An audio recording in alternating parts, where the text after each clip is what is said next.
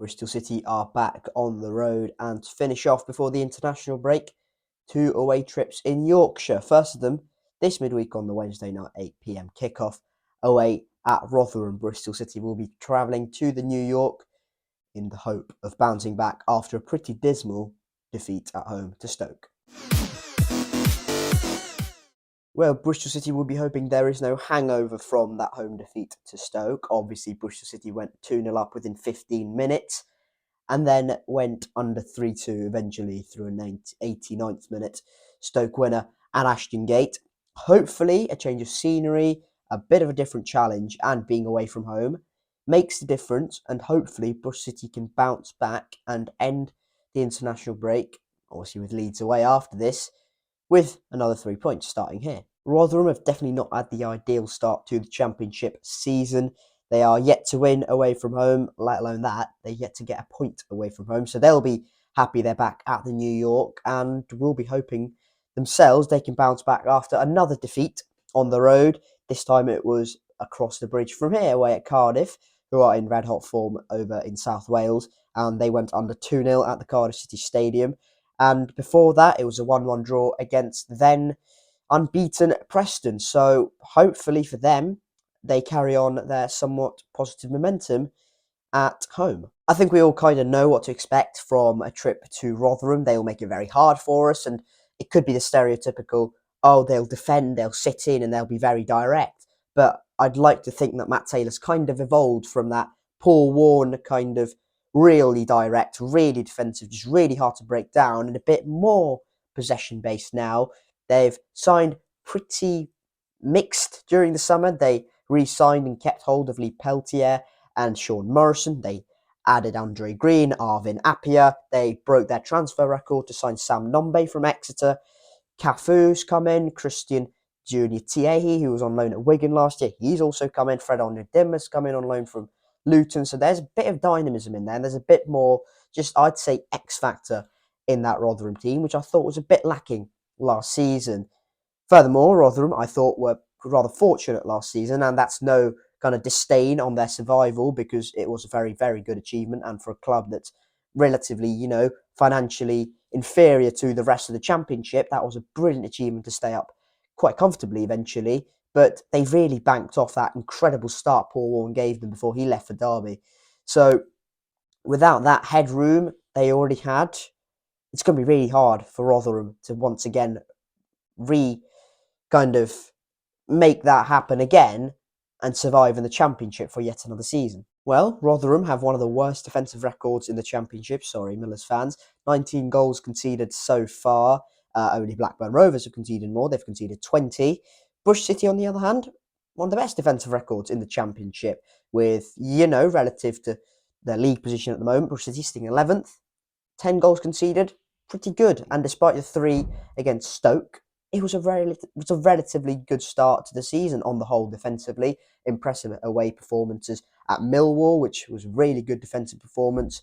A home draw against West Brom, which is another clean sheet.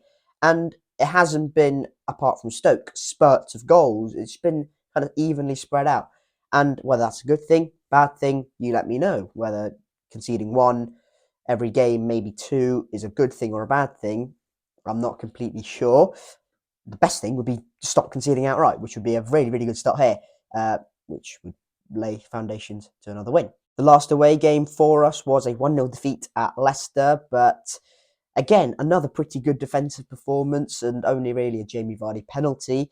That was the difference between the two sides. Didn't really show much going forward, but honestly, I think there'll be a much different case. I think we'll have a lot more of the possession. I think we'll have a lot more of the territory, and hopefully with that possession, with that territory, with that kind of ball retention we have, and the dynamism, hopefully that means goals and 3 points. Last season was 2 victories for Bristol City, 3-1 on the road. Cam Pring got his opening goal for Bristol City, and it was a 2-1 win at home late into the season, and ironically it was also a late winner from Andy Vyman. And talking of Andy Vyman, he will be available for this one, and he came off the bench against Stoke, made a bit of an impact, played off the left-hand side, came in for Sam Bell. Energy filled, obviously he's got a good pass on him, which I think we sometimes underappreciate with Andy Vyman. He's got a really good pass on him, and he looked like he had really good energy about him and didn't really lose much of his willingness to run, and that injury didn't really affect him. And I think that nicely moves us on to the team news and the team I expect to play. Now, this is going to be very interesting because we just come off a 3-game week. Obviously, Leicester, we got Stoke, and we had, I think, Plymouth before that. So this next 3-game week is also going to be interesting to see how Bristol City respond and how the changes are different to the last 3-game week, if that makes any sense whatsoever. So the team that started against Stoke was the same that started away at Leicester. So hopefully, I think it's only right we see a few changes. Josh Tanner will, I think, certainly be a miss. He will not be playing because he had an ankle doubt and he was subbed off against Stoke. I don't think he'll start. It'll be Max O'Leary in goal. Obviously, no Zach Vinus will be Cal Naismith and Rob Dickey because they're the only two options really we have in the senior squad. Campering, a left back, Hayden Roberts. Again, he's impressed me so far, but Campering is the starting left back for me. Jason Knight, Joe Williams, and it will probably be Matty James yet again as the 3 midfielders. They have been really solid and provide stability in midfield for us. On the right, Mark Sykes. Up top, Nicky Wells, but Tommy Conway's certainly not out of the questioning, which, again, once we get Tommy Conway back fully fit and firing, Bristol City really have that goal output now. We have the header, we have the aerial quality in Tommy Conway, and we have the finishing as well. Nicky Wells, despite his goal, was, in my opinion, absolutely dreadful against Stoke. He was really, really bad, missed a few really good chances on the edge of the box, inside the box, just completely wayward shooting, and didn't really do much apart from the goal, which was a really good, high pressing, reinstating that game plan we have, but didn't really do much far from that. Sam Bell off the left as well. No Andy Vyman in the squad, not Andy Vyman in the starting 11 yet. I expect this to be a tough game, and not just because we've lost at home to Stoke, but I do expect this to be a physical challenge.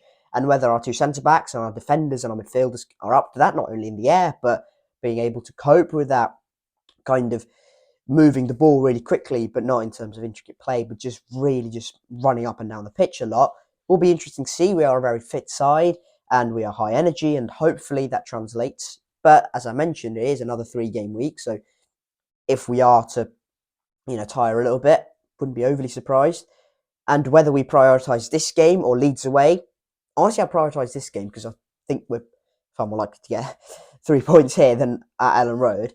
But I do expect this to be a good one for Bristol City in terms of being able to bounce back and getting those 3 points and setting us back on the right track.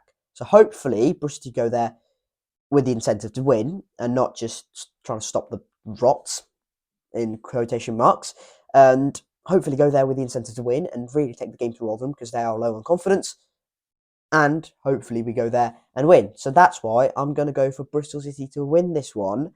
I think it'll be tight, but I think we'll get this one over the line. I think we have a lot of attacking quality in there, and with the options off the bench now with Conway, Yeboah, Mehmeti, we got Andy Vyman back as well, and Harry Cornick as well.